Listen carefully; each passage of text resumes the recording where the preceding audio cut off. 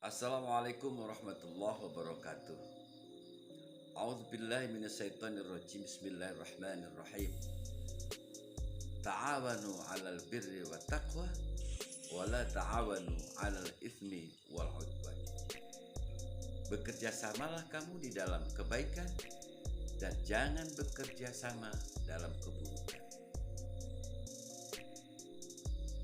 Saudaraku, sesungguhnya pada setiap manusia itu ada dua hal. Pertama, bisa berbuat baik dan juga bisa berbuat tidak baik atau berbuat buruk.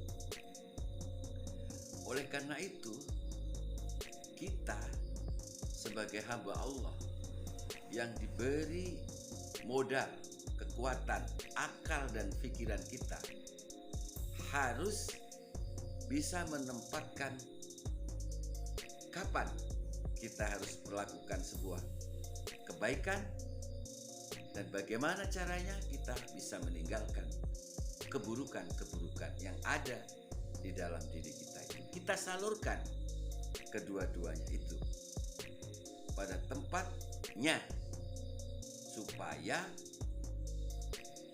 kebaikan bisa berpotensi lebih tinggi, keburukan kita turunkan. Nah, Allah Subhanahu wa taala sudah memberikan instrumen, cara. Apa itu? Manusia itu sebagai makhluk sosial, potensi untuk bisa melakukan kerjasama antara manusia yang satu dengan yang lain, teman yang satu dengan teman yang lain, tetangga yang satu dengan tetangga yang lain, itu sangat besar. Hanya saja kadang istilah orang Jawa itu kita tidak tidak open, tidak respect dengan ajakan orang lain untuk berbuat baik. Akhirnya bisa menjadi sebuah kebiasaan. Jadi kalau orang sebagai makhluk sosial tidak melakukan kerjasama dengan orang lain dalam sebuah kebaikan, itu ibarat pohon tuh kering. Jadi tidak ada daun, daunnya pada rontok semua, tidak subur. Dipandang itu tidak menyenangkan, tidak menyejukkan. Nah, oleh karena itu harus kita latih itu.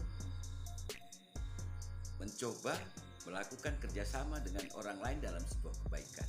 Contoh, ada orang mengajak untuk bersama-sama ngaji khataman Quran. Kita ikuti, walaupun gak ajak. Ada orang mengajak kita untuk mengunjungi pengajian. Ya kita ikuti sekali waktu. Nah, gitu. Kemudian ada gotong royong, kita ikut. Atau kita saling bertukar pikiran, bersedekah untuk membangun sesuatu yang baik. Atau ada panitia penyelenggara pengajian mengajak kita untuk bersama-sama mengunjungi pengajian, ikut. Itu namanya bekerja sama, berserikat dalam kebaikan. Dan sebaliknya, banyak orang yang mengganggu di antara kita, ngajak-ngajak kepada kita, ayo kita begana begini dengan maksud supaya orang lain cedera, dengan maksud orang lain supaya sakit.